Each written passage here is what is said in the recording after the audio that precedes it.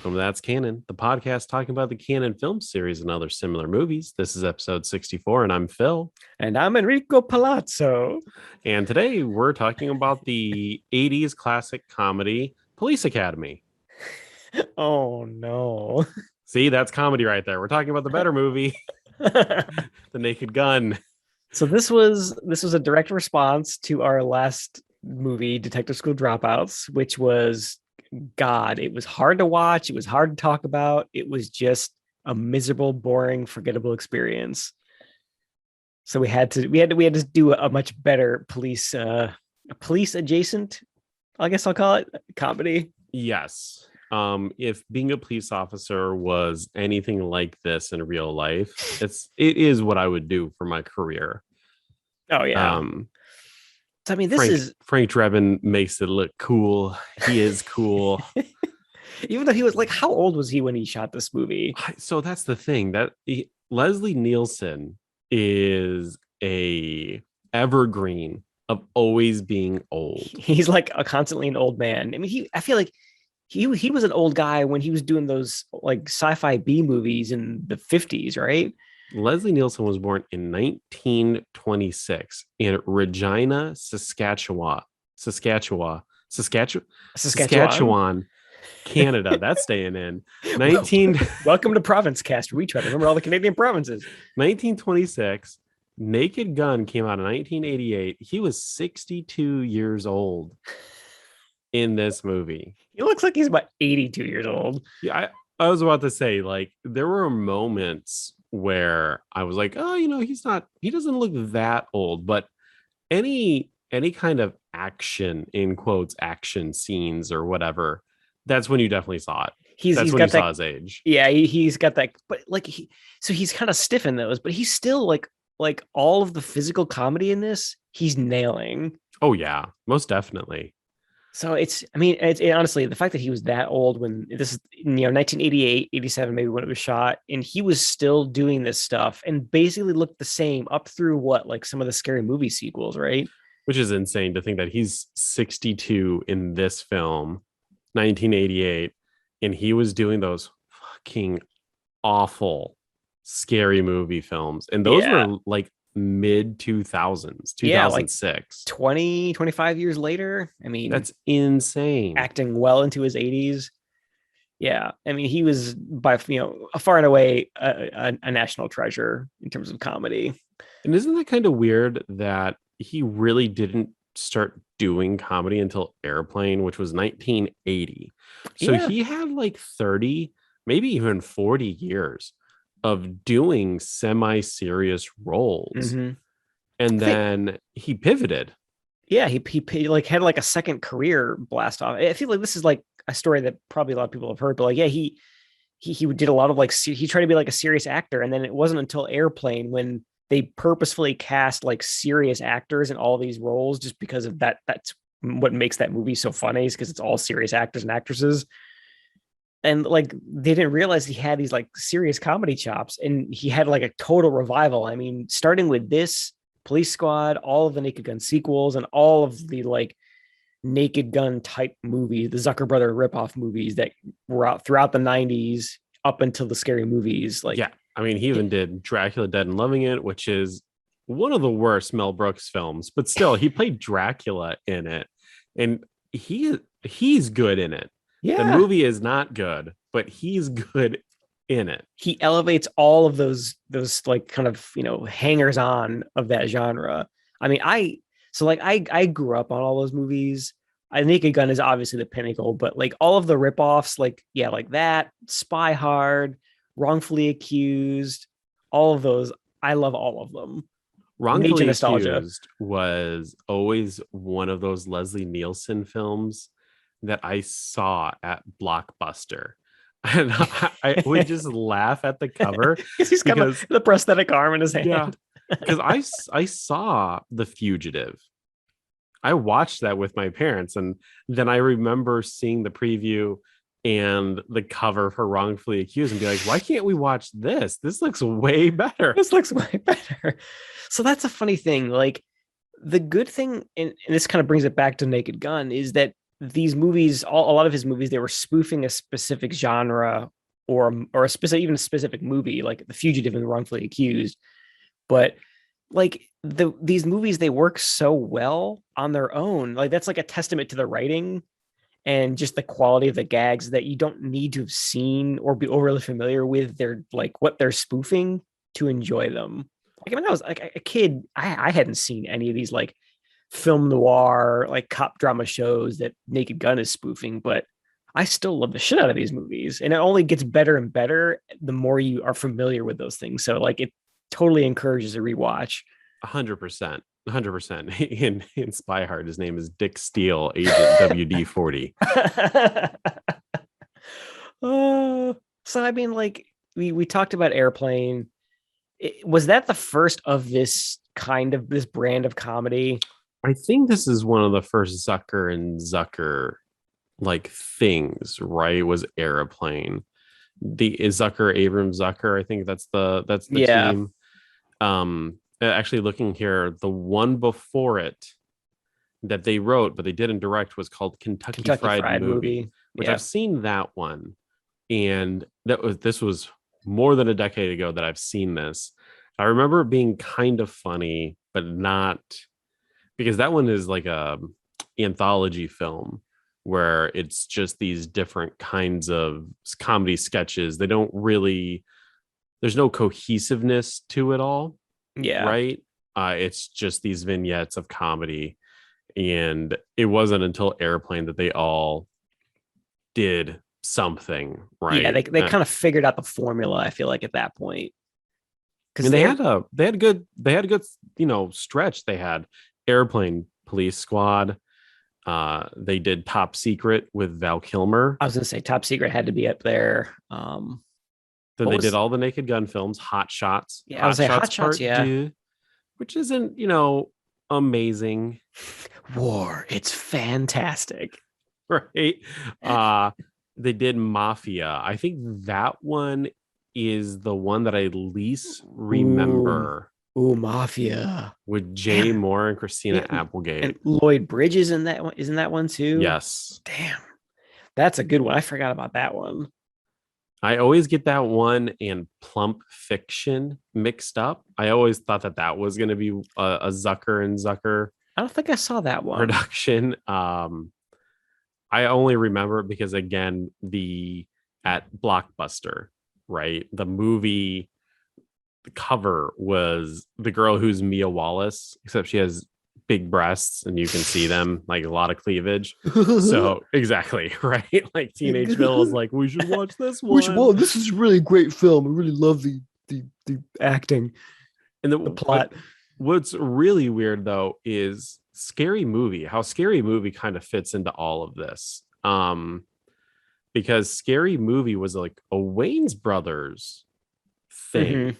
in the beginning. Scary Movie 1 and 2 made by the Wayne's Brothers. I can't really remember number 3, but then number 4 comes out and it's directed by David Zucker and written by him too. Like he's a screenwriter Really? on it. Was number 4? Was that the one where they spoofed War of the Worlds? It is, and I believe Okay. that's the first one where they introduced Leslie Nielsen Yeah, because he's the as the president. president. Yeah.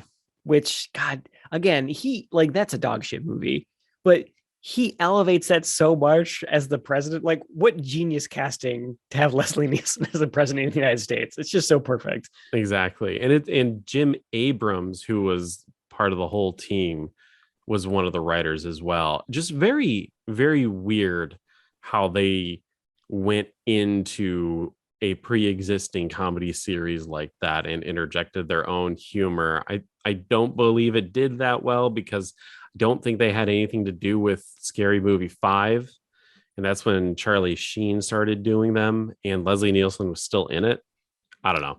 Oh yeah, he was. Geez, I forgot there was a fifth one. I'm surprised there's not like a sixth one. I'm surprised they don't make those movies anymore because then again, I think we're getting into like the whole parody movie history here. They all of a Yeah, sudden started having those movies.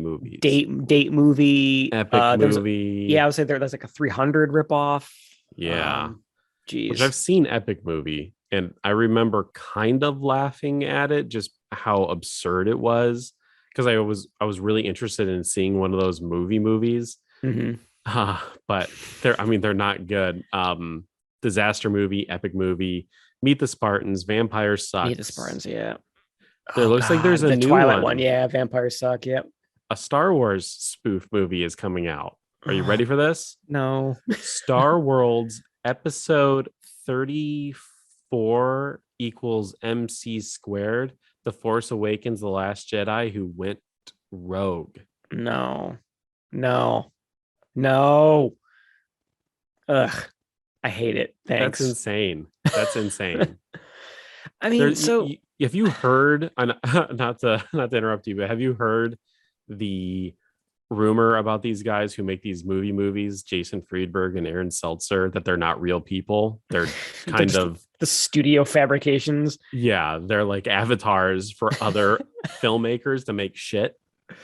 They just want to I mean, it's definitely got to be a cash grab, right? Like in the same way that all those like asylum spoofs are, they're just like direct to video garbage, or in this case, they're probably just direct to streaming. It's like Paul Thomas Anderson is like, I really need to just get a turd out, so they let him do I a need to go scary buy a new movie. house, so Exactly.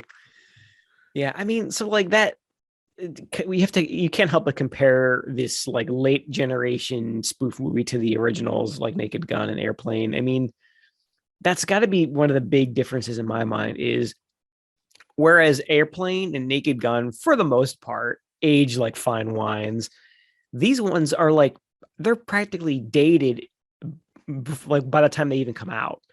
I mean, they just like the references are so specific. They're not spoofing genres in a way that someone who hasn't seen the source material. Again, you can watch Naked Gun and laugh at it, but not have seen any kind of detective or cop dramas. But I feel like could you watch Meet the Spartans and enjoy it if you hadn't seen 300? 100% no. Those Right? those movies are definitely, you need the context of What they're what it's spoofing. parodying. Yeah. Yeah. And that's just like I feel that's what elevates the Naked Guns and even the lesser like the wrongfully accused above the more modern versions of those is because you can enjoy them on their own. They're genuinely funny on their own. Did you just get a pop-up that says that our Zoom meeting is going to end in 10 minutes? Uh-oh. What happened? Zoom is slashing the length of free one-on-one meetings in May. What the fuck? The company has Zucker brothers. They own stock in Zoom. They were like, they're gonna start talking shit about us. You're not gonna fucking talk about my make ad dollars on my movies without Beginning May 2nd, free basic users will have a 40-minute time limit for one-on-one meetings. Fucking A. What? Well, this is the last episode of That's Canon. Surely you can't be serious. I am serious. And don't call me Shirley. Time delineation is a thing that people experience from time to time, Greg. Missing time, like getting abducted by aliens. Yeah, I think in the great movie Fire in the Sky, they talk about how the abductee missed almost an entire week of his life. Weird. Did that just happen? Wait, did that happen to us? Do do do do do do. So let's talk about Zoom and how we can just say fuck you, Zoom. Get fucked, you money grabbing pieces of shit. We got an email that both of us didn't read. That the free tier for Zoom now is relegated to 45 minutes of free uninterrupted recording and meetings. And meeting in general, and that's with like 3 or more people for just like one-on-one calls like we're doing to record the show. I think it was down to 20 minutes, wasn't it? Yeah, it was insane. So needless to say, not nearly long enough for this this like 2-hour rambling that we do every week to record this lovely show for you folks. So we've kind of mixed it up. We have a different way of doing this because we just gave up. I think we were so browbeaten. Well, we at first we went to go look at the paid subscription, and it was like $150 for a year. Yeah. Just like major sticker shock. We're like, fuck that. We'll make it work with Discord and Audacity. So No, Hopefully you don't hear a difference. no, thank you for that. No, thank you. But No, thank you. So thanks, Discord, for your quality audio calling and video calling. You guys are great. yeah, Keep up the good work. but let's go ahead. Let's actually get into the movie. And again, just to remind, I guess, me and you, we're reviewing The Naked Gun. Wait, what fucking movie were we talking about? You know what? There was a moment there Detective School Dropouts again? where I was thinking, I was Googling and I was like, fucking Police Academy? I couldn't think of the name, The Naked Gun. I had to look at my letterbox. I mean, that's a problem that you and I have. We watch a lot of movies. I more than I'd like to admit, I've had to go back to my little movie log. Like, wait, when did I watch that? And it was something I watched like a week ago. So that our episode of Missing Time, it give ourselves some credit. We lost that week. Who knows where we are right now? We're all disorientated. Exactly.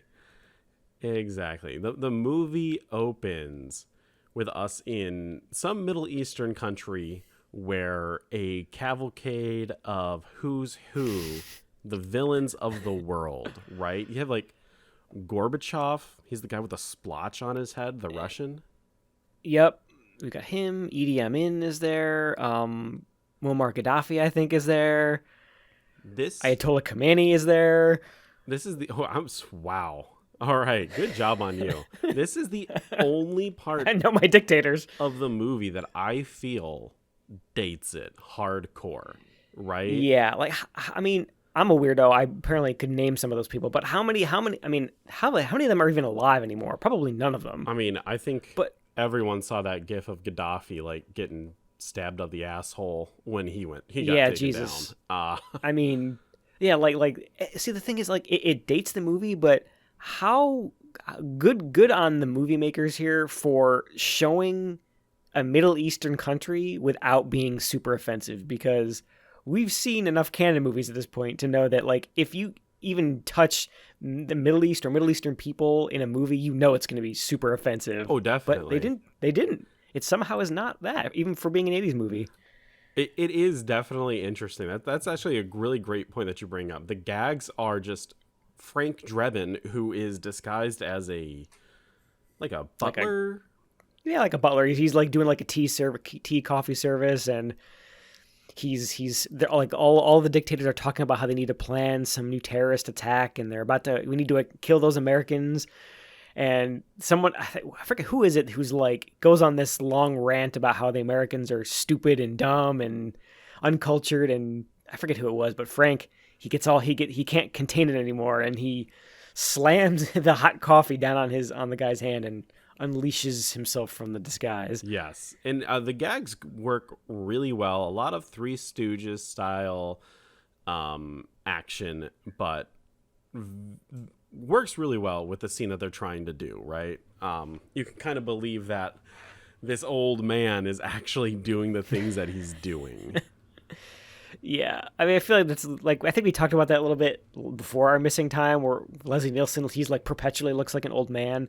That's a part of what makes the slapstick work, like him in an action scene, because even though he looks like an old man, he's super kinetic and sells like the physical comedy of this. Like you said, like the Three Stooges kind of, goofy. I think he even does a Three Stooges thing where he eye gouges one of the guys, right? Yep, he does like the and then like pokes him in the eyeballs. That's actually one of the things that I remember Leslie Nielsen the most from, was watching Three Stooges, and he did this show where he introduced the episodes, and I would watch it with my dad on the weekend. Yeah. Aw, it's like nostalgia on nostalgia. Exactly.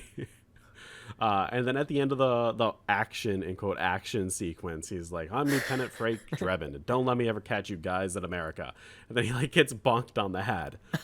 Yeah, he like kicks out the shutters of the window about to jump out, and then they flap back in as he's about to jump and smacks him in the face, and cue credits. And then we get the siren on top of the cop car causing zany antics as it's driving towards, you would assume, the police station, right?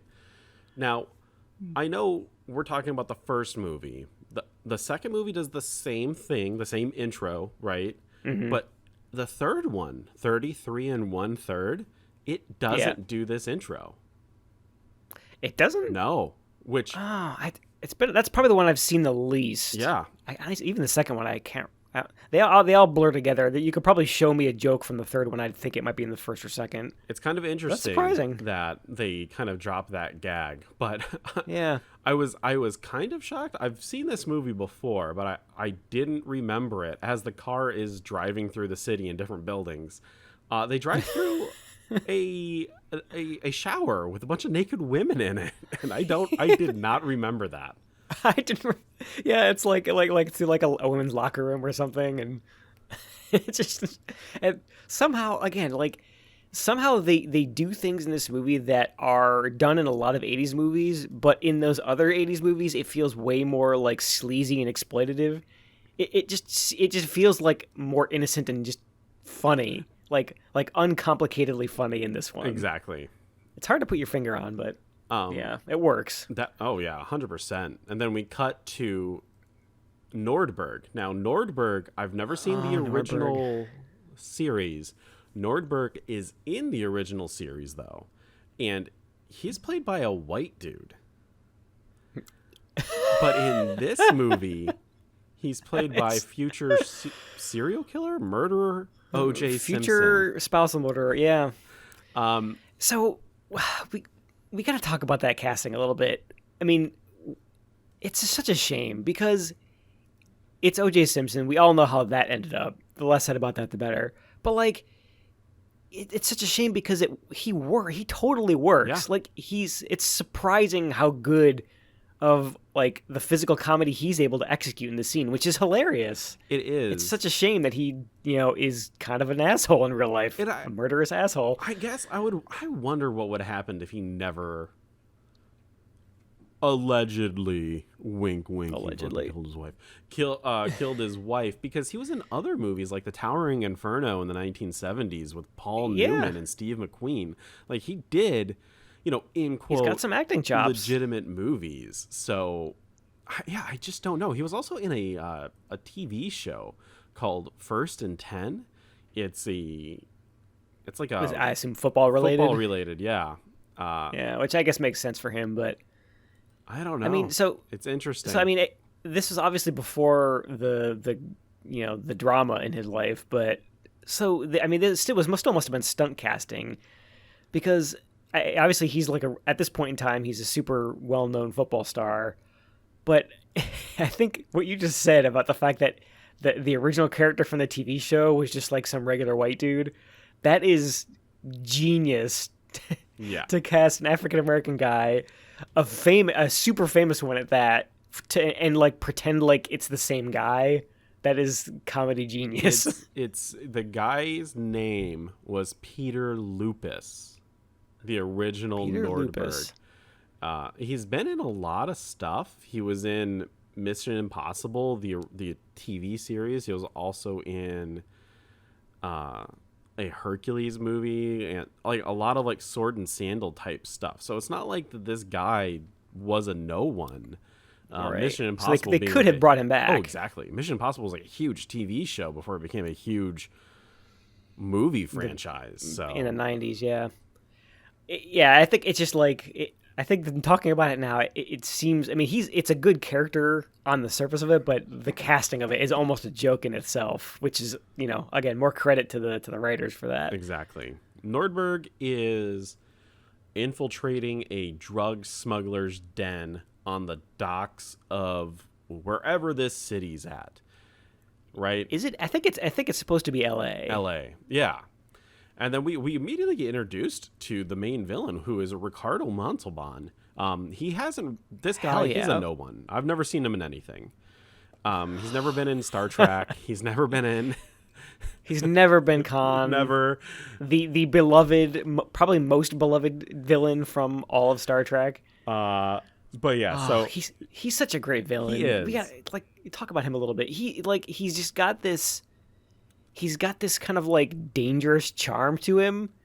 Like even though he's clearly a bad guy, you think like he could talk you into doing the most horrible shit because he's just so charming. Oh, exactly. And the accent is so perfect. There is a classic TV show. I've never watched it. It's always been on my radar. It's called Fantasy Island, and he starred in it. It was like in 7 seasons long. Wow. He plays Mr. Rourke, and then he has a little person named Tattoo. That's probably why you don't see it too much on reruns anymore, I would be willing to assume. Yeah, I'm sure there's some problematic things going on in that show that make it not age super well, but I'm sure Ricardo Montalban's been good in it. Oh, yeah. But this guy has been in a ton of stuff. It's kind of interesting to think that from one episode of Star Trek, while he did a bunch of stuff before that, that's really, I feel, what kind of catapulted him into like being a household, maybe not household name, but household face for sure, and voice, I would say. Exactly. But yeah, I mean, Khan, awesome. And he was the grandfather in Spy Kids. I've never seen that show, but I know a lot of people who were around that were age appropriate for those movies definitely recognize him or see him as the grandfather. Amazing. But yeah, so they start Khan tells them to shoot Nordberg, and there's like 7 guys. They all start shooting them. While that's funny, it's all the physical comedy that O.J. Simpson pulls off extremely well. Like he touches like a stove, and then he gets it's like a cast iron stove he burns on, and the best part, my favorite one from all that is where like I think it's like right after he puts his hand on the stove, he's like, "Ow, it burned me," and he like backs into a door that's just been freshly painted. It says wet paint, and he's just like, "Oh no!" Yeah, exactly. It's the payoffs are usually pretty great for all the gags that they're setting up. Yeah. So now American Airlines has just landed, and Frank Drebin is coming out. There's a giant sea of reporters, and Frank thinks it's all for him because he's, he fought all of these evil dictators, and he's given like a speech to all of them. And like his buddy who's there, I mean, again, this guy, George Kennedy, canon never royalty, been in anything, right?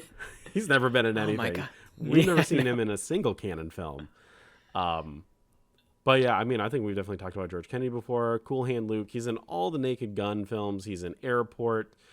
So he was in, what was was he in the Dirty Dozen? I believe he was in the Dirty Dozen. This guy has been in so many, Dirty Dozen. Huge, from all huge careers. I think we talked a little bit about last week the casting in Airplane, and it was like all serious classic actors from big classic Hollywood, and they kind of did the same thing here, where it's these established actors that you don't expect to be doing these deadpan deliveries, and it just works so well, especially with George Kennedy. So he was in Airport, and I guess when they were making Airplane, he wanted to do it, but they didn't cast him. So when this opportunity came up, he jumped at it. Because, again, George Kennedy's character in this film is a recast. Ed Hawken, who he plays, is in the original Police Squad. Okay. And the actor's still I've seen alive, so little of the original TV show. I wouldn't him and Nordberg. Those are recastings. I wouldn't have wouldn't have been able to peg that. I'm definitely, again, I don't think if I've seen any of the episodes, it's probably been one of them, right? Yeah, maybe once, or maybe even heck, it's probably might have just been clips on YouTube, honestly. So I if you like the movies, definitely go and rewatch the show. I even though I've never seen it myself, I've heard nothing but good things. I'm sure it's it was criminal that it would get canceled. So yeah, I'll have to check that out. But as Frank is trying to he's trying to browbeat all the news writers, oh, you're only here to get this hot story, and then George Kennedy's like, they're not here for you. Weird Al's on the plane, and then there's Weird Al. He's I'm exiting the plane, people handing him flowers, and he's waving like the Queen of England. Wink, wink. It's what you wouldn't expect Weird Al to show up in this movie, but he does. Yeah, it's totally believable. I would be there to cheer for Weird Al getting off a plane. Oh, same here.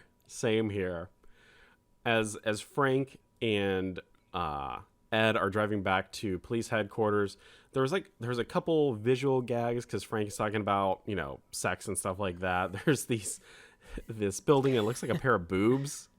He's like, everywhere I look reminds me of my ex-wife. And then like cut to those like I don't know what they're like, oil like tanks or something, or some kind of like liquid storage facility, and they like they look like boobs. Looks like boobs. That's great. Oh, they weren't. They were on their way to visit Nordberg, and there's a couple other good visual gags or comedy moments when they're talking to Nordberg. The bed closes up on O.J. Simpson. Just some really great shit, and you Drugs, Frank. exactly you get Heroin. to see how dumb Frank is because Nordberg is telling him like drugs, Like heroin. yeah, he's trying to tell him that he like basically what he saw on the boat is just like drug smuggling ring, and Frank is totally missing the point, thinking he's like trying to ask Frank for drugs, and he thinks he's asking for heroin. Oh, that's a pretty tall order, Nordberg. You're gonna have to give me a couple days on that one. Yeah, I think there's also a line where Frank is essentially like, there's like a 50-50 chance that Nordberg will make it. Of course, there's only a 10% chance of that. Like the quote was something like that.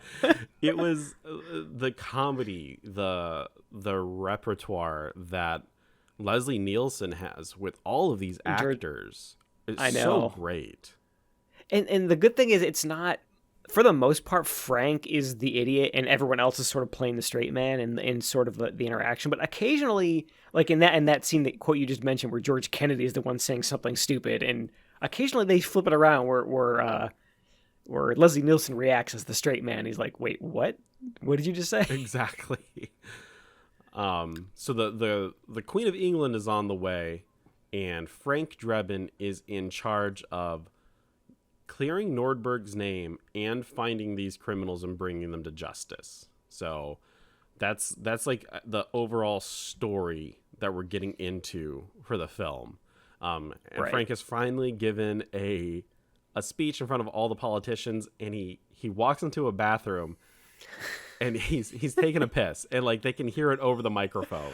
I was like, he put on like a wireless mic, so the mic is still hot after he says his, because I think the Queen is coming for a visit, and police squad is in charge of security. He gives like some couple words, and then he walks off, and like I think it's like the mayor or something. Yeah. Whoever that lady is, I forget her name, what her role is, but yeah, she's like mayor. She's talking about that's her name. Is it? Yes. Is that how she's credited, mayor? Yeah. Yeah, she's like talking about the Queen's visit, and this is a gag that I feel like is ripped off in so many other movies, where Frank walks off after his little bit into the men's room, and it's just like, and it goes on for so long. We hear him peeing and like snorting and coughing and farting and singing in the bathroom, and yeah, it just goes on for so long. It's great. We would be remiss to not point out that the character Mare is Nancy Marchand, who she has a long career, but I think most people would know her as Livia Soprano, who is Tony Soprano's mom in The Sopranos. Oh yeah, you're right. Yeah. So have you ever seen The Sopranos? A couple episodes here and there, never all the way through. I must not have just seen any episodes with her in there, but I remember her being credited there. That's cool. I've seen almost the entire series. Kind of gave up on it. Tony Soprano is kind of insufferable. I don't really get the whole hype behind it. Yeah, I know. Hot takes here on The Sopranos, folks. Hot takes. Like one of the most beloved HBO series of all time. I know. Fuck The Sopranos. But the main guy, the Soprano guy, fuck him. Fuck him. So now Nordberg. Frank, he's going to go investigate the site where Nordberg was fucked up. He drives down his like giant boat of a car down a dock, and he hits a fisherman into the water. Knocks him off the pier. That like the running gag of Frank like constantly hitting and backing into things with his car. It just like, it's one of those things that it's a running gag, but I don't like, you remember individual bits, but you don't remember how it happens constantly throughout the movie whenever he's driving somewhere. And it always is hilarious because he in the beginning, after he gets off the plane, he like backs into like the luggage train and carries it all the way to the police station. And this time he hits the pier and knocks the guy off. It's so good. Did you notice that when Frank and Ed were talking on the water, there was a chalk outline floating? yeah, the two cops out there, and they've got like a chalk outline where I guess it's like white tape or something. Yeah, where Nordberg fell in the water. So great. Jokes on jokes. Frank is shaking down one of the dock workers to get some information. He bribes them. And then like they have this great back and forth where, it's like, I don't really remember that. And Frank's like, here's $20. And then the dock worker's Now, like, do you remember? What do you know? And Frank's like, I don't remember. And then Frank gets money. Like, again, Yeah, he like gives him the 20 back. the back and forth. Like, this is great comedic gag writing because unlike later spoof movies where they just throw spaghetti at the wall, it seems like every joke is calculated and like tailored fit for the scene. You know what I mean? Yeah. And they come so fast and they're all funny. Honestly, it makes this movie almost hard to talk about. It does because there's so many gags and you can't. Because there's like visual gags in the background of like audio, like characters, plot related gags. It's impossible to talk about because it's just there are like so many layers to it. Exactly. And we're definitely like we're glossing over so many hilarious things that happen in this movie. Oh, for sure. Frank and Ricardo Montalban, who cares what his fucking real name is? It's Ricardo Montalban. Khan. They have they're talking to each other inside of his office because Khan owns the docks, or he does work in or around the docks, and he's like a super rich guy. Because I forget the exact time. I think it was because he owns all the docks and manages them. So that's how Frank gets from the dock where he's doing the back and forth of the 20s into Khan's office. He's like, he owns the docks. He's some like beloved businessman. Everyone loves him. He's like the guest of honor at some scenes later on. So he, like, for all intents and purposes, even though we, the audience, know he's the villain, he's treated like LA royalty, basically. So Frank is going to go try to shake him down for information. Exactly. Khan introduces his lionfish, which there's a great gag with that where it bites Frank on the nose. But then we get introduced to the main love interest, Priscilla Presley. Now, Whew. I gotta tell you, again, time delineation, right?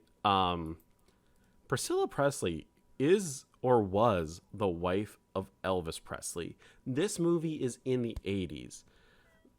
Elvis Presley died in the 70s or something? I was actually going to ask you. I don't know when he died. I assumed it was before this movie, though. Oh, yeah. Oh, definitely, for sure.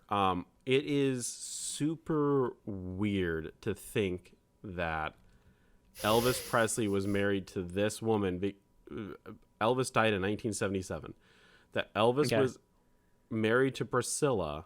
Priscilla in this movie is a little over 40 years old, right? So there's definitely an age gap between Priscilla Presley and Leslie Nielsen. I see where you're going.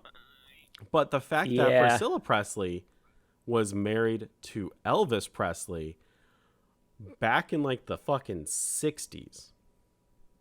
Yeah, she must have been. I see where you're going with this. She must have been real young when they got married, huh? Yes.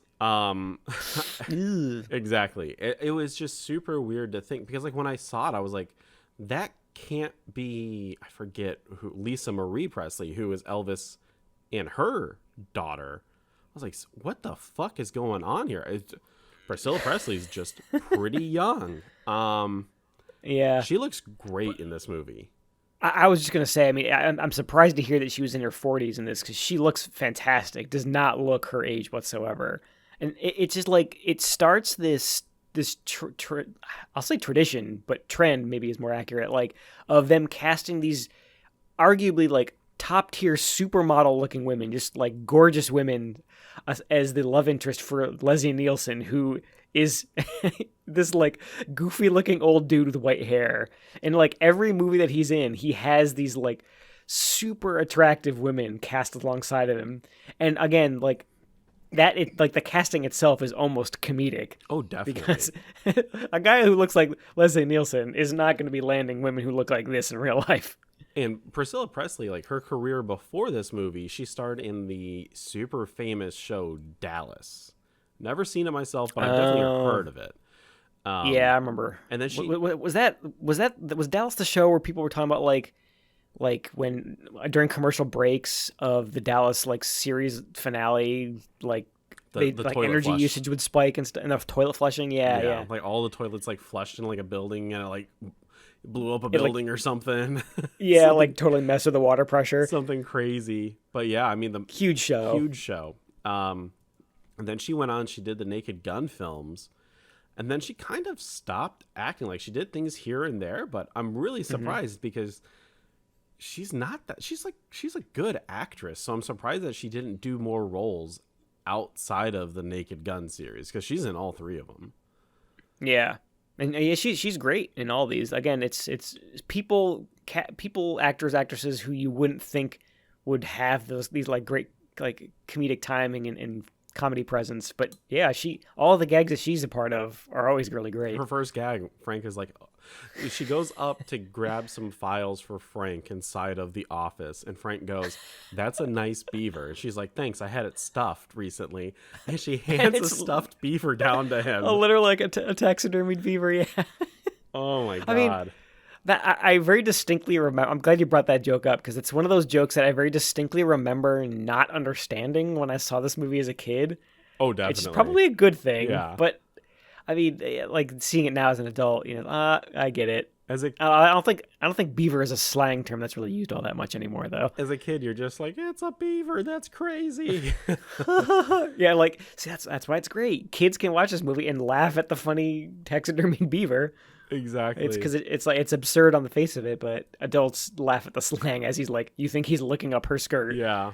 So great. So great. Frank returns back to police headquarters. Again, there's more gags where he's like running into things with his car. This one, like it gets stuck in drive and it's driving away and Frank blows up his own car. And he's like, did anyone get the license plate of that? Because like... So he like hits something. He hits like a garbage can too hard, and the airbags go off. Yeah. And the airbag, like after he gets out of the car, the airbags like are still inflating, and it like one of the airbags like knocks the car back into drive, and it starts rolling down the hill behind him. He starts opening fire in like a crowded street at his own car. It's so great. There's something really funny to me about inanimate objects kind of like going away on their own, like. A car with no driver in it, it just like tickles my funny bone in some way that like the car, it's like on fire. The airbags are like continuing to inflate out the windows as it like rounds the corner and drives off into who knows where. It's just you turn hilarious. on Ghostbusters 2 and you see the carriage with Oscar in it careening through New York City and you're just like, this is great. Fucking comedy gold. That baby's gonna die.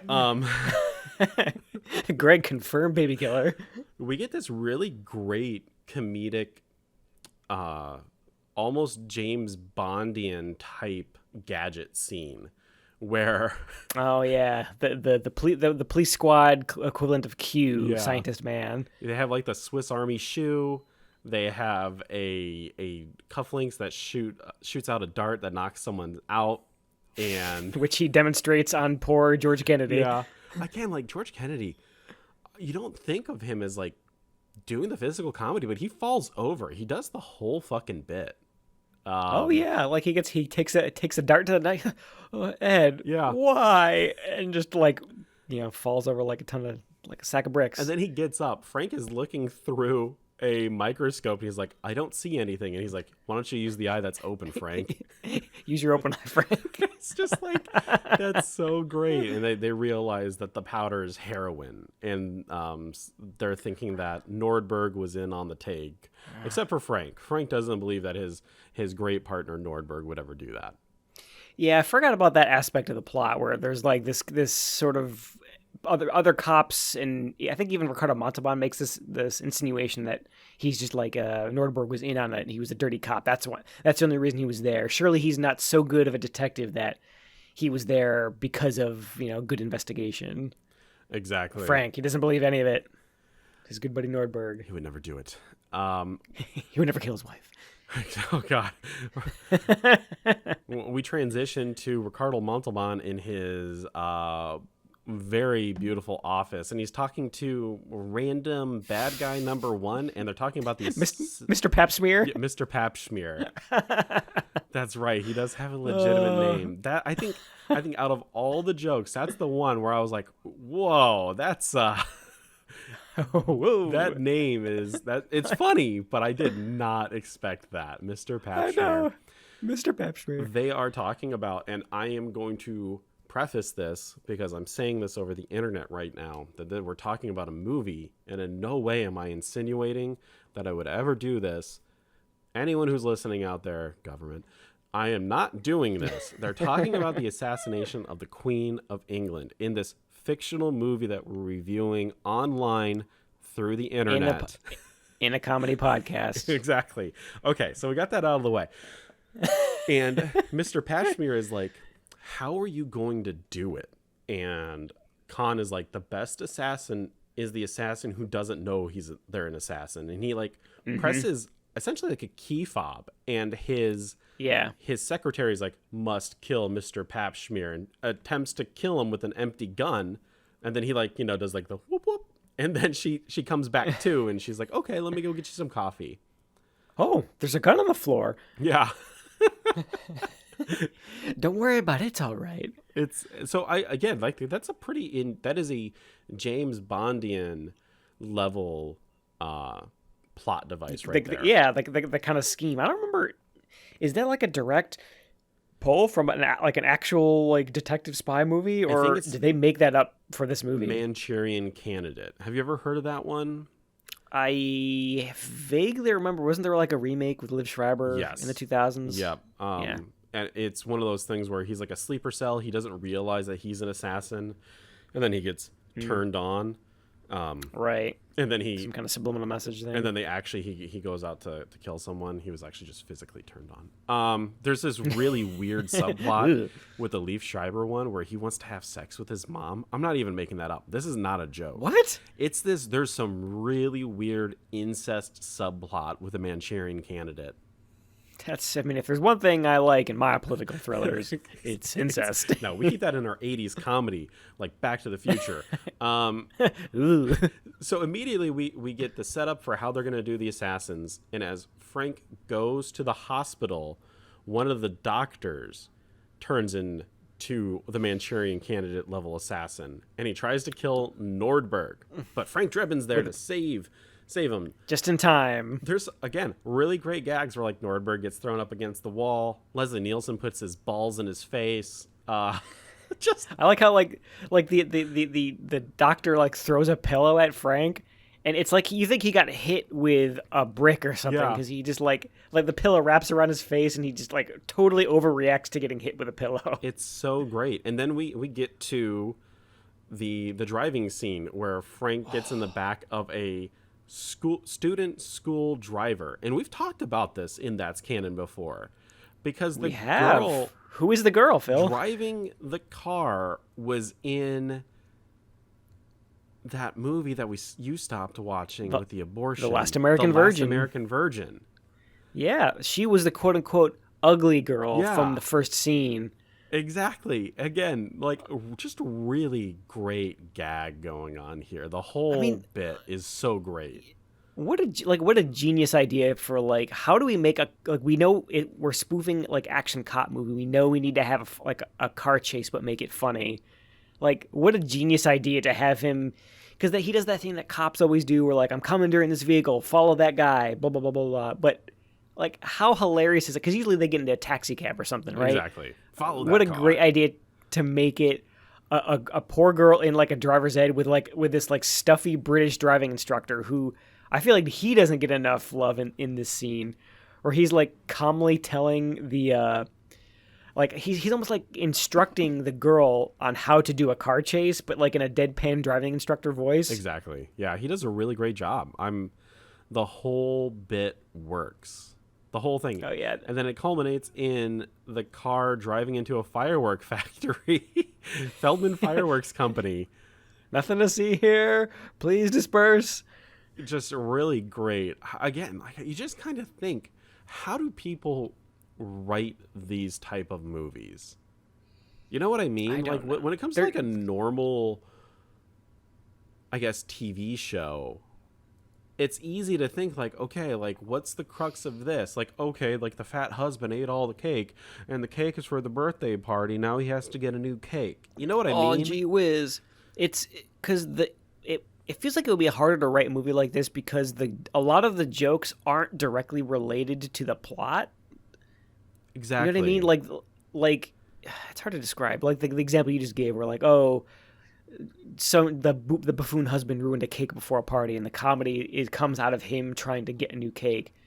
But like this movie, like the funniness of a surgeon in a car chase running into a fireworks factory, like the fact that it's a fireworks factory, or the fact that it was a girl on a driver's ed class, like that's not informed by the plot, really. That's just something, a funny idea, original idea that came out of the heads of the writers. I mean, that's got to be so hard. They probably have the bare bones plot of like Frank does this, and this. This is how we get. How do we make it funny? All 3 acts of the film. Now, yeah, what do we do to punch up the moment to make it funny? Layering all these jokes on top, yeah. You have to think that as a writing team, because I think it was the Zucker brothers and Abram, right? They must have. There must be so much garbage that was like on the cutting room floor, like jokes that didn't land either on the cutting room floor or like early on when they were doing drafts of the script. I'm sure there's lots of stuff that didn't stick. So only the cream rises to the top, Phil. I mean, this movie's all cream. It is. This movie is. That sweet cream. We get this Always Sunny reference, not just us being weird. exactly, but it's just being weird. We get this really great like noir shot where Frank is walking down the street. He's kind of recapping all the events that have recently happened to him. You know, there's like the neon, dramatic voiceover. Yeah, the neon signs, the voiceover, and then he does fucking hopscotch. And then it ends with him on a hill, and he's like, "How did I get here? Where am I?" And it's like how did they know where to find Nordberg? And how did they get that assassin? And where the hell was I? And he's like, I think he like you see like the sidewalk ends and he's in the woods. He looks over his shoulder. He's like miles from downtown LA, and you hear like wild jungle animal calls like in the background and shit. It's insane. It's insane. Where the hell was I? And you're right. Yeah, I think that is like a film noir thing where like they're like walking. It's they're like contemplating what's going on, and there's a voiceover. Them walking down like a dark street. It's so perfect. Eventually Frank gets home and he realizes that his door is ajar, and they have this really great gag where there's a gymnast and then Leslie Nielsen like pop up behind the thing that they just jumped behind. Oh, he's trying to be like sneaking around his own apartment and backflipping over his own couch, and of course this old man is clearly capable of these acrobatics, feats of strength. As he opens up the kitchen, Priscilla Presley's there in just one of Frank's shirt, and Frank is thinking what probably every other guy is thinking at the moment. Damn. Glavin. But I will say, the movie has a lot of great gags. But my quote of the week, and I know this is your thing, but I'm stealing it because everyone has to hear it. It goes right here. Frank is like, "What are you cooking?" She's like, "I'm boiling a fucking pot roast." And I fucking lost it, Greg. I lost it. He was like, "It's so wet." I think I'm boiling a roast. How hot and wet do you like it? I was dying when that part happened. I've seen this movie probably 1,000 times, and I always chuckle at that part, but this time around, it just slayed me. It got you good. Yeah. I mean, like I feel like we didn't point this out enough in our last week's version of the intro to this podcast episode, where like I mean, both between the two of us, we've probably seen this movie 50 times. Oh, definitely. Every time the jokes are always funny, and rarely nowadays do I feel like I laugh. Even if I'm watching a movie by myself, I will laugh at this movie. Oh, that's how good it is. I mean, again, like you said earlier, there's so many gags that we're definitely missing stuff. But Frank is like, "Let me change into something comfortable," and he comes back out in a different suit. Oh yeah, the whole date scene is really good. It is, and it culminates in them having sex, and they put on safe sex. They put on full body condoms. Jackie was watching this with me. She's never seen this movie before, and oh my god, she hasn't. No, and she was like, "This is disgusting." The rubber sound and the full condom. She was like, "This is disgusting." It's super disgusting. That's why it's funny. And then we get this montage of them being in love and dating. and they're frolicking on the beach, and they're like getting wet. And again, I think this is one of those things where, like, when they're filming it, they're not thinking that this is eventually going to be high def, because I'm pretty sure if this shit was on 4K, you would see Leslie Nielsen's dick, because he is wearing white shorts, like white thin sheer shorts. Oh God, wet short contest, old man wet short contest. Exactly. That's all I could think of was 10 to midnight when we were like, you can see that guy's dick. Oh man, Leslie Nielsen confirmed for hanging dong and the Naked Gun. But again, so many great gags. He like squirts mustard all over her, and then she does it back, and everyone's just having a great time. And Jackie was just like, this is fucking disgusting. This is so stupid. Yeah. Oh man, the whole montage. We get out. There's the montage itself is funny. I mean, it's a great song, but like the way that the montage ends with the little like music video title card in the lower left. Yes. Is that like, how many people would recognize that now? Like, are music videos that have that kind of title card, is that even a thing anymore? I have no idea. I mean, unless it's like Ghost, I don't think I watch music videos, and I don't think they do that in the music video. They don't do that anymore. That was like a VH1 MTV thing, wasn't it? 100%. Yeah, isn't it the song by Herman's Hermits? Yes. Something tells me I'm into something good. It's so good. And they fade out as like they show the music video title card, and Frank like jumps and clicks his heels. And it turns out that entire montage was one day, because Priscilla Presley is like, wow, it's such a crazy thing that we met just yesterday. Who knew? That Frank says, are you just saying that because we exchanged bodily fluids? Like, oh my God.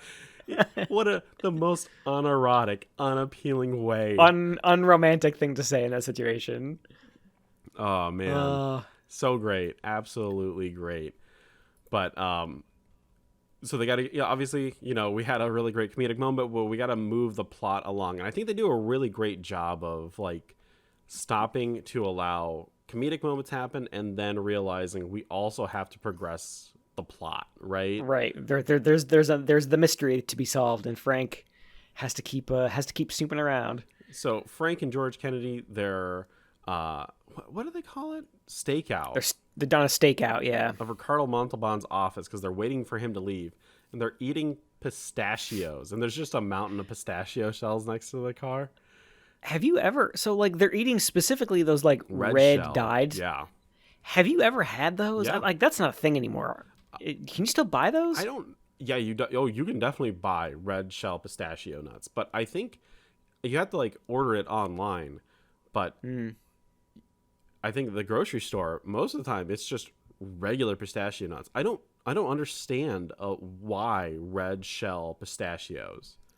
Yeah, like why do those even exist? Because that's part of why this scene is funny, because they're eating those ones and their lips are all like super stained because they've been eating them for hours on this stakeout. So they look like they're wearing lipstick, basically.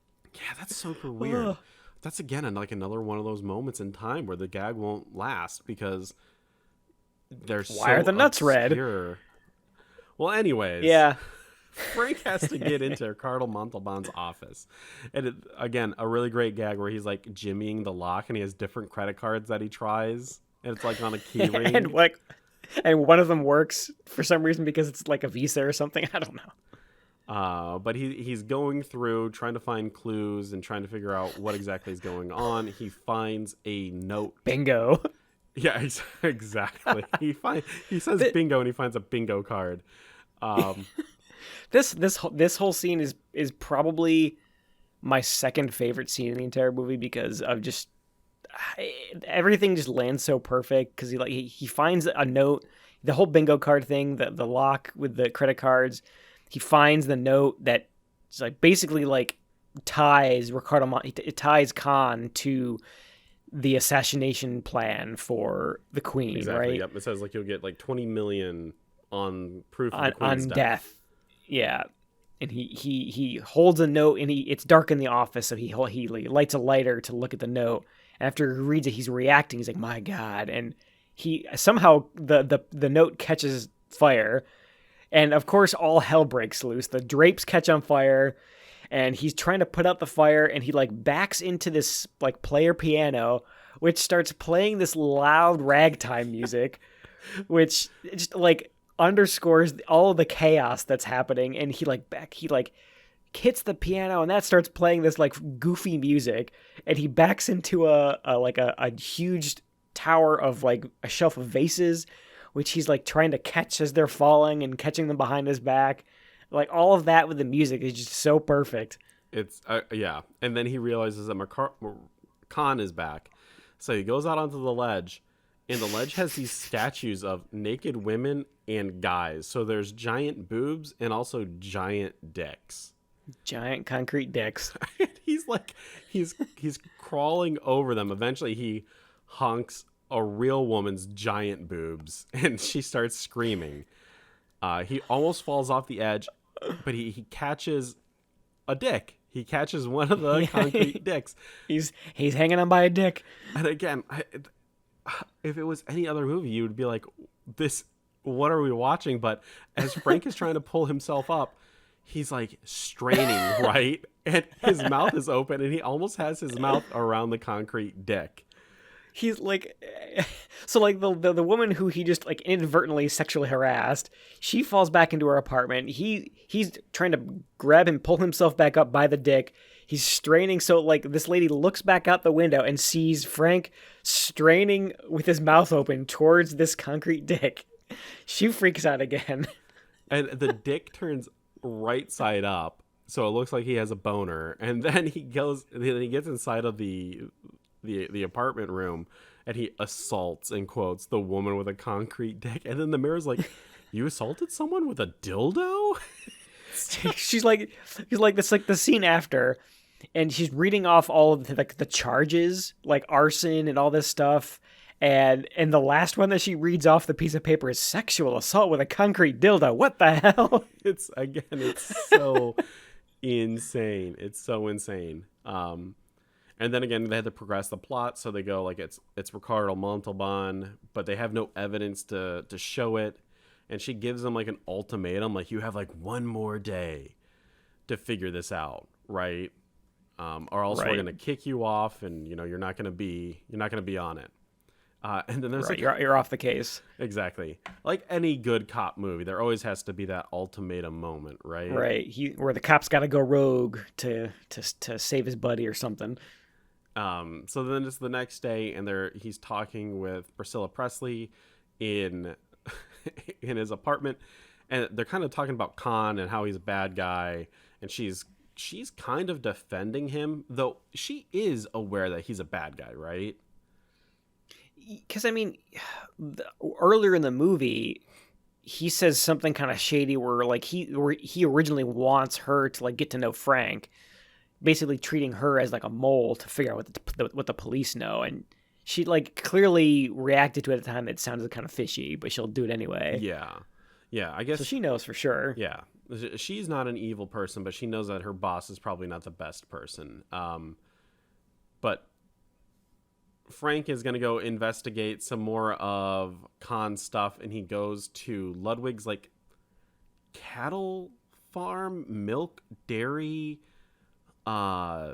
slaughterhouse area. It's hard. I don't know what the hell it's supposed to be, but there's like big vats of something. Big vats of, and he has dangerous chemicals. There's like the poison sign in this factory where they slaughter and milk cows, that it's like but Frank, who knows? Frank kills someone, and he falls into the vat, and Jackie's like, "Oh, that's kind of like the Joker." I was like, that is kind of like the Joker, but this was before the 1989 Batman film. My God.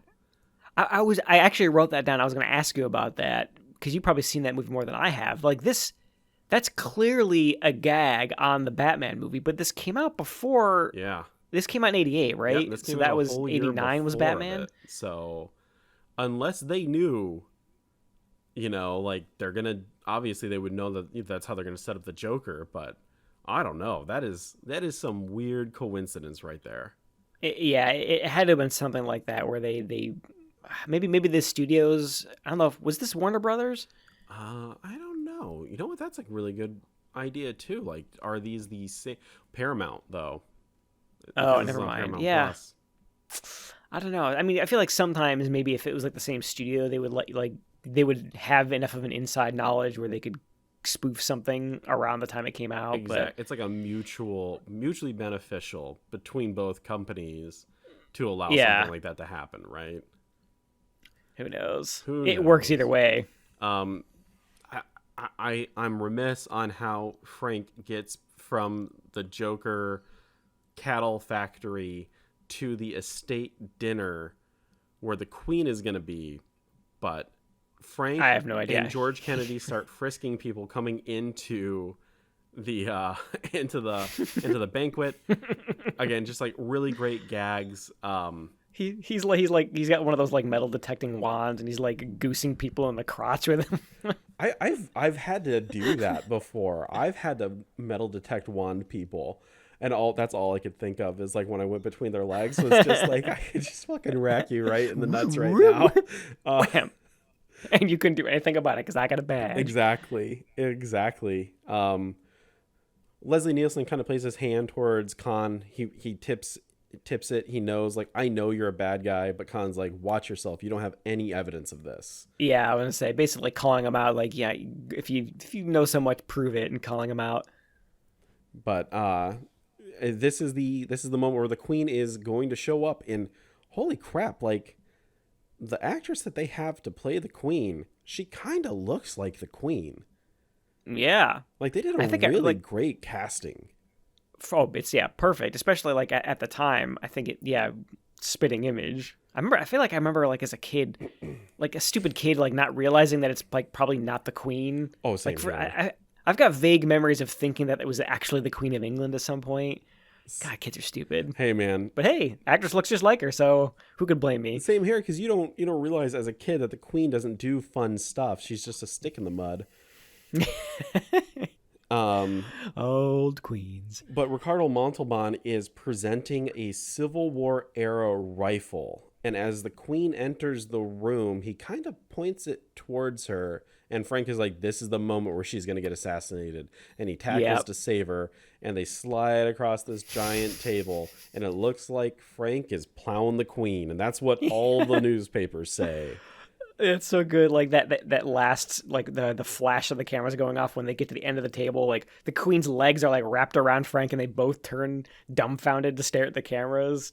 Perfect. That's like another like Three Stooges-esque kind of bit. Definitely. Now Frank is off the force. He's packing up his fucking desk, and it's time for him to get out. Priscilla Presley is kind of like, oh, I'm so sorry, but the Queen is going to get assassinated at the baseball game during the 7th inning stretch. How does she find that out? I forget. I think she overhears. You don't see it. You, the viewer, do not see it. She just comes in as Exposition Presley. Exposition Grandpa? Yeah, and just kind of says, like, this is what's going to happen.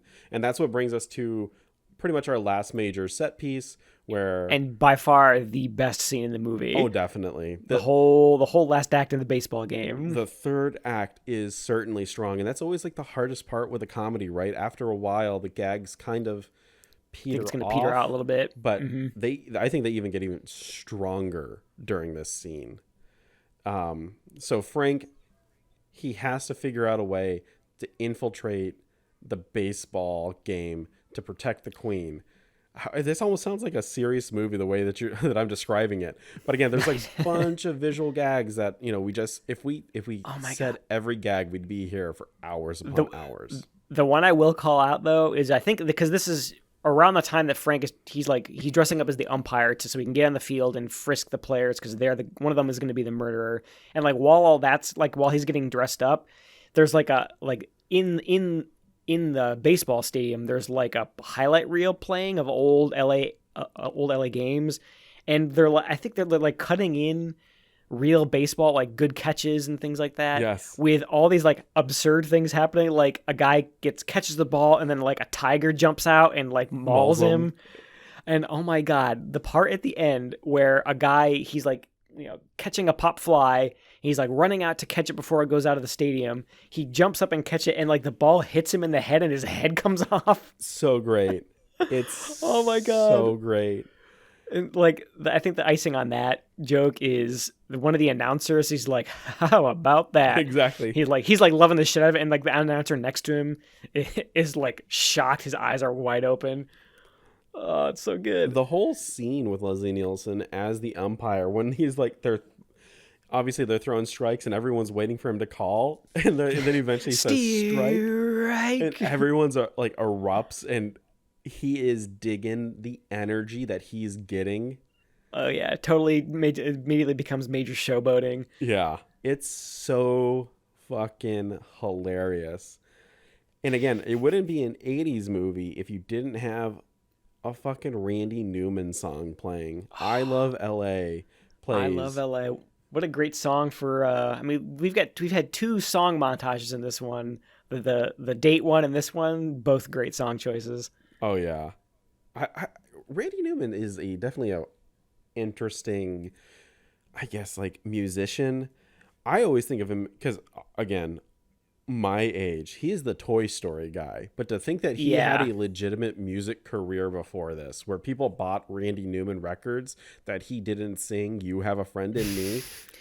Got a friend in me. Yeah, exactly. It kind of like blows my mind when you realize that people had a career before the thing that like you saw, right? Yeah. It's like this whole different side of them, and how different generations know them as the blank guy. Like, but those blanks are different things depending on how old you are. Exactly. During this whole musical montage, George Kennedy's eating like cake and grapes and all this stuffing his face. He does such a great job of like keeping it straight while doing something totally absurd. Yeah. Well, meanwhile, Frank is like patting down all the baseball players as they like slide into home, and I think these are actual, like this is an actual team. Yep. Like these are actual baseball players, which is even more funny. Exactly. And then eventually George Kennedy and Frank, they're like, okay, the 7th inning stretch is coming up. Like, we got to figure out who the killer is. We're running out of time.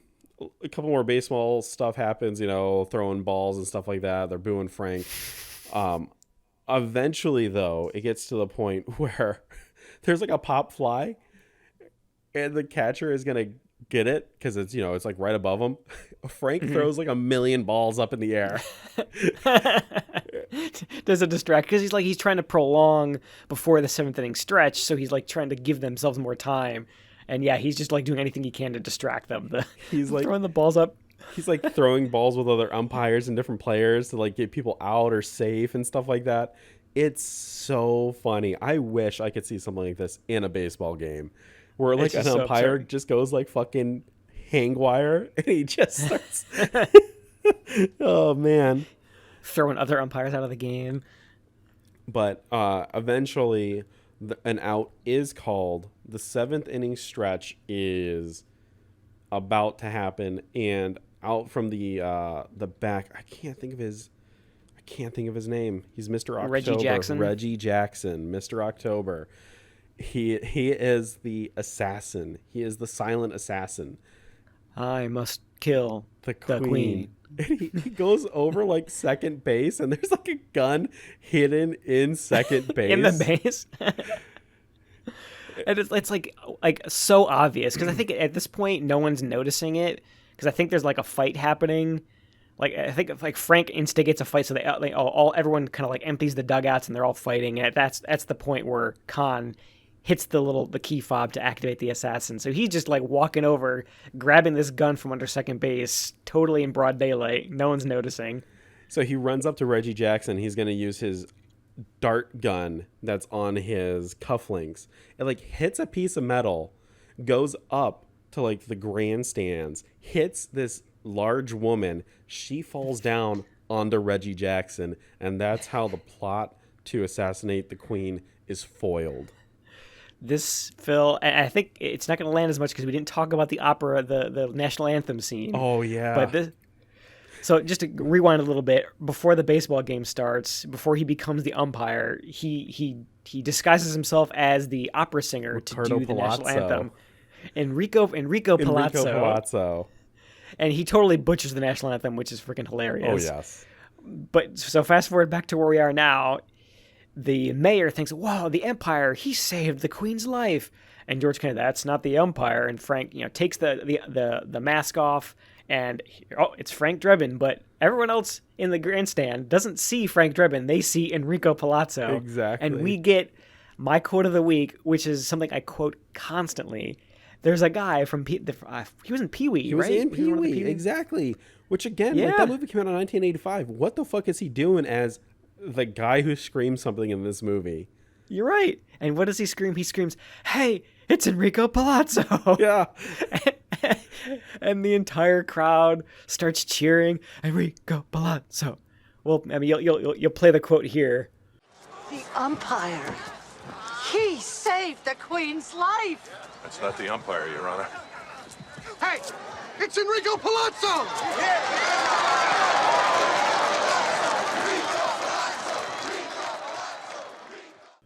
It's Oh my gosh. so great. It's So good.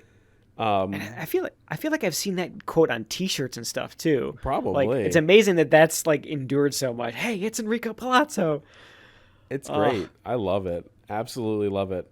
Khan's got to get the fuck out of Angel Stadium, and he's taking Priscilla Presley hostage. They come up to essentially like there's like a sheer drop off, right? Because they're on an elevated platform. Yeah, they're like high up in the stadium, so he like grabs Priscilla Presley holding her at gunpoint, dragging her up, up the stairs to the back of the stadium, and he's basically like trapped between like a crowd who is blocking him in and they're 4 or 5 stories up at this point, so his back's against a wall. Exactly. He's like, I'll kill Priscilla Presley. And then Frank grabs a random woman. He's like, I'll kill this woman. Don't even try it at all. This lady gets it. But Frank uses the dart gun again, and he gets hit right in the neck. Ricardo Montalban falls off of the stadium. He gets run over, steamrolled, and then a marching band walks over him. Jackie's like, I love it when people get steamrolled in movies. And I was like, I can only think of Roger Rabbit as another steamroll moment. But there you go. Austin Powers. Oh, God, yeah. Austin Powers. Remember the slow, no. Exactly. That's a good one, too. The best part about that, like the marching band and the steamroll thing, like this like most absurd way to die. And George Kennedy says, "Oh, Frank, it's horrible. Yeah. My father went the same way." Yes, again, such great gags. So great. As the marching band walks over Khan's dead body, they hit the key fob, and Priscilla Presley is also a sleeper agent, and she must kill Frank Drebin. And Frank gives like this really good love speech to her, and that's impassioned speech, yeah, kind of what zonks her out of being an assassin. Right, because he's got like a ring. He's like, "Oh, I was gonna propose to you," and blah blah blah blah blah. And then everyone in the stadium, they start like kissing and hugging. There's like a mailman and his dog kissing. The baseball announcers are crying and hugging each other. "Oh, I'm sorry I yelled at you last week, Bobby." And then Nordberg shows up, and he's like, "Oh yeah, the doc said I should be on my feet in a week." And Frank like pats him on the back, and that sends him flying down the stadium. And then that's the movie, The Naked Gun. It's such a great spoof movie. What makes it a great spoof movie is that while you can see hints of like the James Bond, Manchurian Candidate, you don't need to be an expert in any of those to enjoy the movie that's going on. Right. Yeah, I think we talked a little bit about that in last week too, where it's like that's what makes a good one of these movies. And to recap that conversation, like we talked about all the ones that were more modern, like the Scary Movies and the Meet the Spartans. Like, again, you don't need to have seen any of those spy thrillers or film noir or James Bond to like enjoy these movies. They're great for kids. Kids love them. Adults love them. And it's honestly like it's movies like this that really make me advocate for rewatching movies, because some people will watch a movie once and they'll never approach it again. But like, even though the movie isn't changing over time, you are changing over time. You come with a different perspective. You're older, you've got more experience, you're in a different spot in your life. Like, you notice new things, you laugh at different things. Like, it's kind of a two-way street, and like, you come back to a movie like The Naked Gun where like you think you've seen it a million times and you know it inside and out, but like there's always a gag that will surprise you or something that you didn't notice before. And this one is that to a T. 100%. Absolutely. I mean, the movie for me is definitely a 5. Oh yeah, Love the I mean, I movie. feel like, yeah, I didn't even need to do a rating. I mean, this is easy, a permanent 5 out of 5 for me. I mean, it has aged like a fine wine, and just kind of thinking back to Detective School Dropouts, where like, God, I could barely get through that once, let alone watching it more than one time. But this is just infinitely rewatchable in my opinion. Yeah, I mean, I have forgotten so much about Detective School Dropouts, and it's only been like 2 weeks since we've Yeah. watched it. Poor Phil is going to go back and try to edit that episode and realize how like depressed we were trying to talk about it compared to like the excitement in talking about this movie and just trying to like remember all of our favorite gags. It's like night and day. I'm trying to even remember. I remember saying that there was a part in the movie that made me laugh. I can't remember the part that made me laugh anymore. I just know that there was a part in Detective School Dropouts that made me laugh. Whereas in this movie, it's hard. You have a hard time picking out any one time because you're laughing. There's like the gags are so densely packed Exactly. that you can't, like, unless you go through the whole movie like we just did. It's hard to pick out any one gag. So great. So great. What have you been watching recently, Greg? Let's see. So a bunch of stuff. Geez, we watching has really picked up in the past week. So there was a sale. I think it was an Arrow Video sale. So I picked up some stuff from them. They have a release of The Driller Killer from 1979. I had never actually seen that movie, but it's constantly talked about as like one of the best early slashers, and it's awesome. I mean, it's definitely a cut above this, like the ocean of slasher movie ripoffs that came around in the late 70s, early 80s. There's just like this weird, like artsy weirdness and urban griminess to it that elevates it above those other ones that like the any other slashers at like at schools or summer camps or anything like that. But Abel Ferreira, like, he's the lead in that. Just some of like the rants that he goes on. It's hard to put my finger on, but it's a really good slasher movie by itself. But it's also really good. There's like artistic merit too, which is surprising. So yeah, I watched that. Great Blu-ray release too. You know, it looks fantastic. I watched the movie Contact with Jodie Foster. Yeah. I saw they did a free screening of that at the Alamo a week or two back. It's been a while since I've seen that, but man, that's another great I'm surprised that's not like a classic that people are still talking about. It's such a good sci-fi, but great like character drama too. Just the whole plot line of Jodie Foster like trying to describe this experience she had and having no proof for it, and like the parallels between science and religion. Just like a really great movie. I definitely recommend revisiting that one too. Speaking of rewatching movies. But yeah, the other one I want to talk about was, Phil, we had a Friday the 13th. We did. A couple days ago. So I know you watched a bunch. I watched, speaking of the Alamo, I went to the Alamo Draft House with my wife and we watched Friday the 13th Part 4, the final chapter. The best of the sequels. Yeah. I was going to say it's consistently up there, I think, in the fandom of being being one of the best, if not the best. I have a soft spot for number 2, which I constantly remind you of. Yes. But, 2 is up there for me. 4 is up there for me. 6 is up there. Those are probably my top 3. But, I mean, that's like, everyone, there's lots been said about that movie. But I think it's a really good one to see in the theater. I love watching classic slasher movies in the theater because you get people reacting and screaming and cheering and things. And it's just, good. It's kind of a good, like, communal experience. So Yeah, that's what have you been watching, Phil? I watched Friday the 13th Part 2, and I will say, Hell yeah. I love the beginning, how they dispatch the final girl from the first one. Oh and yeah. it's spoilers. I love that they do that. Yeah, spoilers. But I will say this one and Part 4 have, I think the most, was it Part 4? I'm kind of getting them all confused. I think it was Part 4. They have some of the most brutal kills in Part 2 and 4. So in Part 4, remember they have that girl, she finally has sex with her boyfriend and she's like, I think I'm in love. And then she gets fucking killed. Oh yeah. Okay, that one I stand by. That's for Part 4. That one, she should not have died. I always feel bad for her.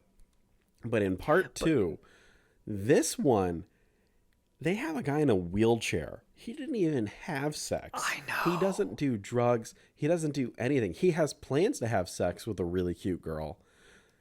But I think, doesn't he even come out and say like like he's saving himself or something, or yeah, something like that. Something Where, like that. he's super straight laced on the straight and narrow. And again, he's in a wheelchair, which like killing the handicapped in a horror movie is up there with killing kids and animals in terms of like shock value, which, I mean, you have to give them credit for upping the ante in this movie, and that kill alone is super brutal, right? machete to the face, and then him in his wheelchair get pushed down the stairs.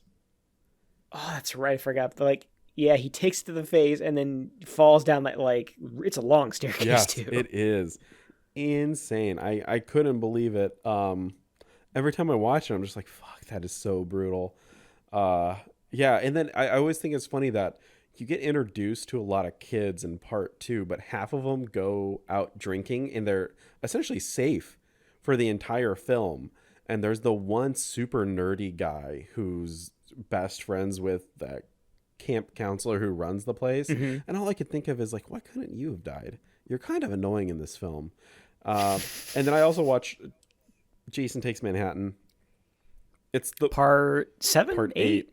It's like yeah. one of the worst ones, but I love it. My kid, he watched a couple scenes of it where I was just like, hey, look at this, look at that.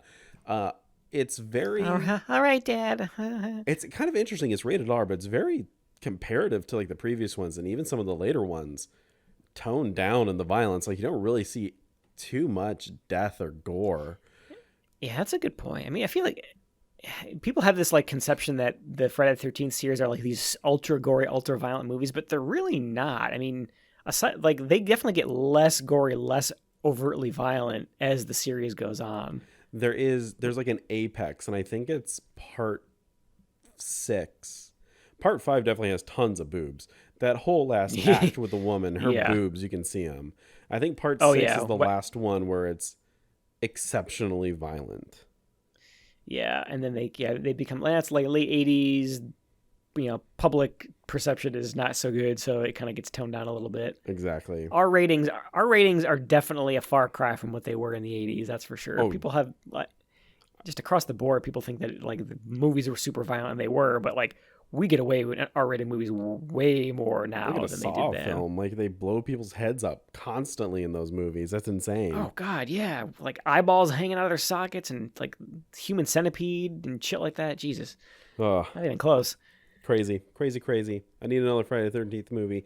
They need to figure out this legal woes that this film series is going through so I can get more. Oh yeah, I mean, so like, yeah, we may have talked about this before, but I actually like, it was it 2000, when was the remake? 2009 or something. 2009, yeah. I actually don't hate that movie. Yeah. That's you know, it's a pretty solid movie. I like Freddy versus Jason too. I feel like that's got some pretty brutal kills. Yeah, it's I think we're high time for some of these beloved slasher movie franchises to come back again, and I don't know, I feel like they are due the sort of elevated horror treatment that some other series have gotten. Like Scream has had a really good sequel recently was Scream 5. Scream 5, and they're making a sequel to that, they announced. So yeah, I think we're overdue for another we're overdue for another Naked Gun movie.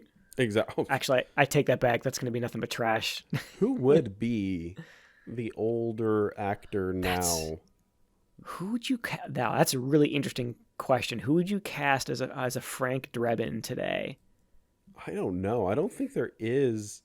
Like, you could say like Liam Neeson, but he does all those awful action films. The Taken, the Takens is.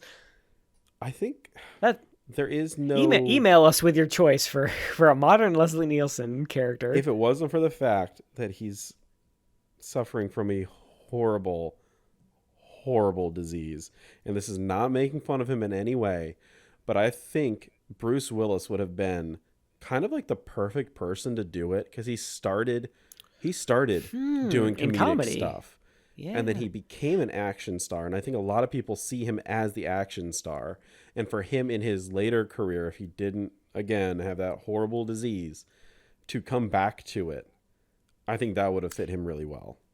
That's a really bold choice, yeah. Because I think that's the central point. You mirror what they did with Leslie Nielsen originally, which was cast like a well-known, like, dramatic actor in that kind of role, or not necessarily dramatic, but like someone who's not normally known for doing comedies. Hell, I mean, if you want, you could take that to like the nth degree and cast like a Daniel Day-Lewis. Oh my god! If he would if he would agree to something like that, that would be amazing. Go that nuts with it. If they showed up with like some Robert Downey Jr. Avengers money, we would see him do a Naked Gun film. Coming back from whatever the fuck he's doing now, like. Was he like a cobbler or something now? He like quit acting to make shoes or something like that. Something like that. But they waft some of that Avengers money in front of his face. Oh my god! Come on, Paramount! You're reviving Star Trek and getting A-listers to come do that. Let's do a Naked Gun reboot, right? Or soft sequel, soft reboot. Oh, it'd be so great, so great.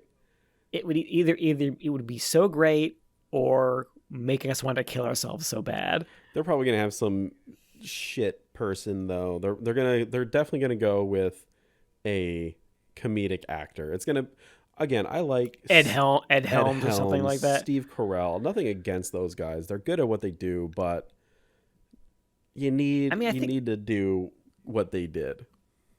And honestly, like, the more we talk about it, Leslie Nielsen, you just can't replace him.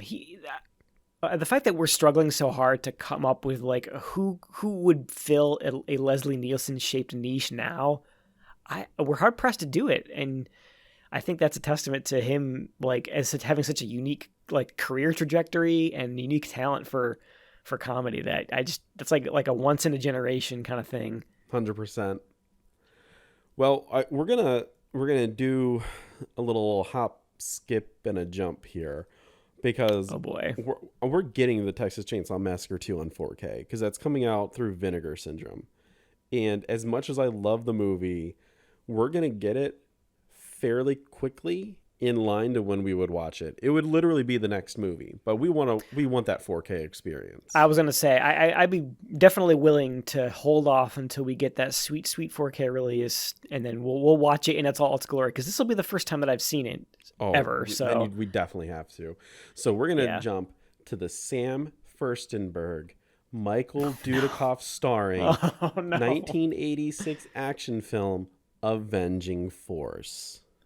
Oh my God, Michael Dudikoff. Now, if I remember correctly, this film was originally supposed to be a Chuck Norris-led film, and it was supposed to be like a sequel to one of his movies, but Chuck didn't want to do it, so they changed it to a Michael Dudikoff film. Oh God, you know we're in for a quality time when the script is so bad that even Chuck Norris won't do it. Yeah.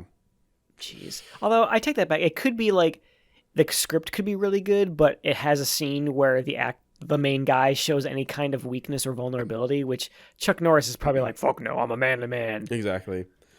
So, yeah, then maybe that's why. But Michael Dudikoff, Chuck ain't no bitch. But Steve James is also in it too. So you kind of have, Steve James. We definitely are Steve James fans here. Oh, okay, yeah. I mean, he was in American Ninja also, right? He's been in quite a few of the canon films that we've recently watched that are action-centric. Oh, did we... I might have mentioned this when I mentioned it in a previous episode, but I watched Weird Science recently. He was in the background of one of those scenes, too. Really? Yeah, That's awesome. One of the scenes early on where they take the girl. What's her name? Who's the main girl? The model in Weird Science, Phil? Oh, geez. What is her name? What is her name? Kelly LeBrock. Kelly LeBrock, thank you. It's like right after they created, they take her to like some jazz bar downtown, and he's in that scene. That's that. With That's that horrible scene where Anthony Michael Hall starts talking. He's doing that really bad, that accent. really super racist voice. Oh, yeah, it is. Oh my god, the fucking 80s were a wild time when it came to movies. But you know what didn't offend us from the past, Phil? What's that? The Naked Gun. The Naked Gun. You know what? I will say I can't think. Maybe Mr. Pap Schmear. I think that's the only one where I was like, "Ooh, I don't even know if you would say that nowadays." But again, like no racial humor, no. For a comedy in the 80s that was spoofing a spoof. Wow, amazing how well it's aged. Definitely. So we'll see if geez, I already forgot the name. Avenging Force. We'll see if Avenging Force gets away as unscathed as Naked Gun in that regard. You also can watch Avenging Force by just Googling it and putting plus YouTube at the end.